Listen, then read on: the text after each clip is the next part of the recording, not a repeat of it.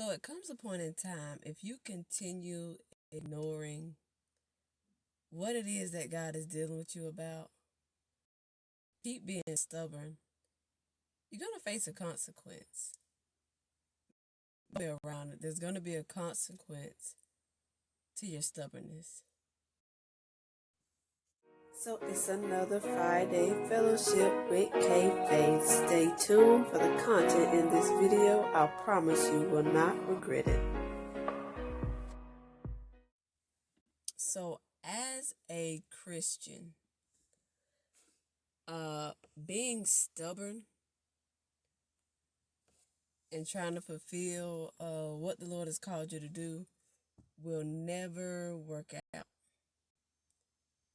Whatever it is that God is telling you to stop doing, stop hanging around them, stop watching that, stop listening to that, stop talking about this person, stop talking about this subject, whatever it is. Don't be stubborn. Do not be stubborn. One thing you do not want to do is be chastised because of your disobedience, because you're stubborn. You're not humble. You won't humble yourself. You won't yield yourself. That's not a place that you want to be found in. Humbleness is key. When you're living for the Lord, when you're living for Jesus, there has to be a humility. You will never win. The Lord has a way of humbling you in a way that you would not imagine. Okay, you cannot come up against God. Your stubbornness will get you nowhere but being chastised. And then the Lord have to beat you down. You have to be broke down. Remember whose you are, who you serving. You have no control. Once you submit to the will of God, once you submit to obeying God, it's not about what you want. It's not about how you want it to go, how you want your life to be. Yeah, the Lord will give you the desires of your heart when they're in alignment with His will for your life. He's not wanting to give you anything that's going to cause you to stray from Him or cause your time to be so consumed elsewhere where you're neglecting your dedication, you're neglecting your relationship with Jesus. That's not how that works. Okay, but back to the subject, stubbornness, stubborn Christians. There's some things that we just do not, we are fighting, trying to see how far we can go without letting what we want to do go. But that'll never work. That will never work. Being stubborn, being a Christian, do not go hand in hand. It's not your will, not your way. That's the whole reason of you being bought with a price. It's not about what you want to do. Well, I just don't want to stop being around this person because I just see that they are just like one of the best friends that I have. If the Lord done told you to separate yourself, you better off separating yourself before you get hurt. And I'm not talking about no relationship, love life type stuff. You better off, if the Lord say you better leave that person alone, you see that you ain't winning them over, they're not being converted, they're not being persuaded to come on the Lord's side, and you still want to be around them, you better off just cutting that tie, letting it go. Because what you're going to do is you're going to cause harm to yourself. You're going to cause hurt to yourself. What it's going to do is it's going to be a weight in your dedication to the Lord. in your walk with the Lord. When the Lord tells you to lose something or to abstain, to stay away from something, it's for our own good. Not that he don't want us to have no friends, don't want us to be around nobody. It's a reason. And if you obey, even if you disobey, sooner or later, you'll see why the Lord was dealing with you about that.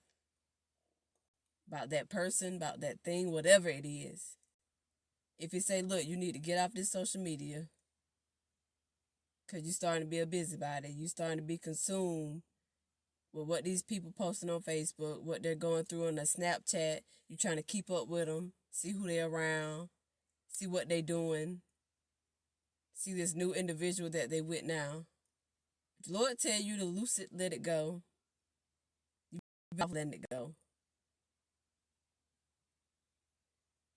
It's no good to kick against the prick, as the word say.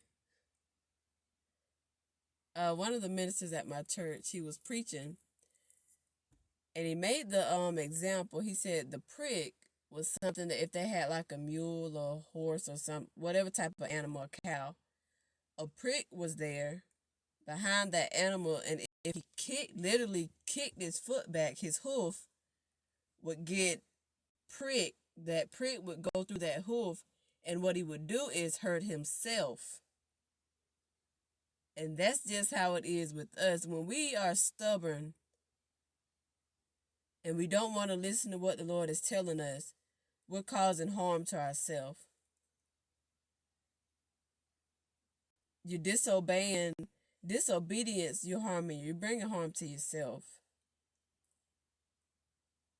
Okay, and that's not what you want to do. That's not the route that we want to take. We want to be humble. We want to be obedient. Whatever the Lord say do, we want to be willing and obedient to do just what it is he tells to do, whether we understand it or not.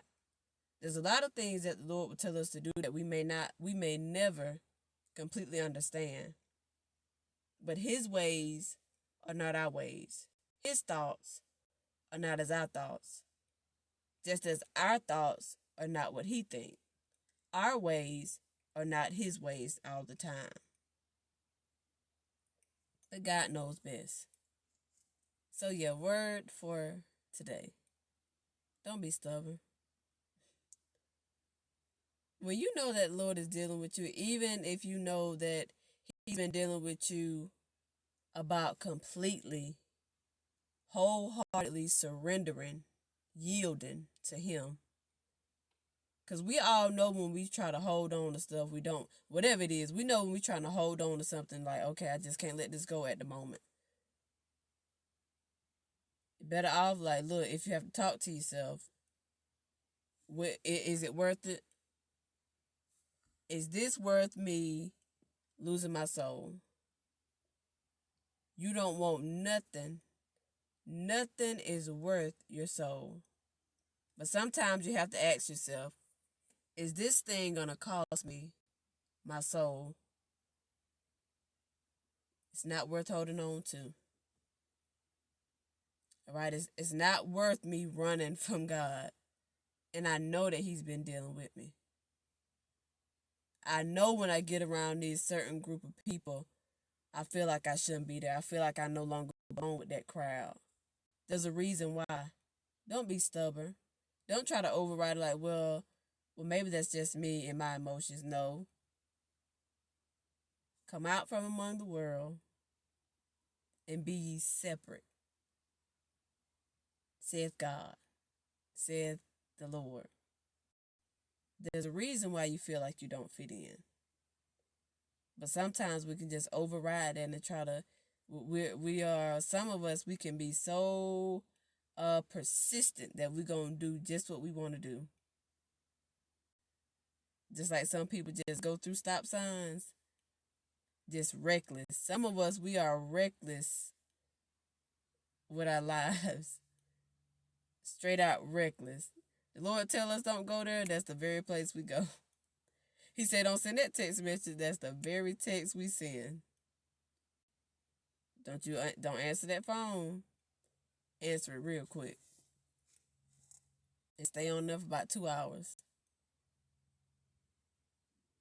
We don't want to be like that. Don't be stubborn. Don't be stubborn. Just humble. Humility, when you humble yourself, life will be so much easier. You find out that things will run a whole lot smoother. They won't be as rocky. Yeah, you're going to face some chaotic times and turmoils. As a Christian, of course, we're going to go through some suffering.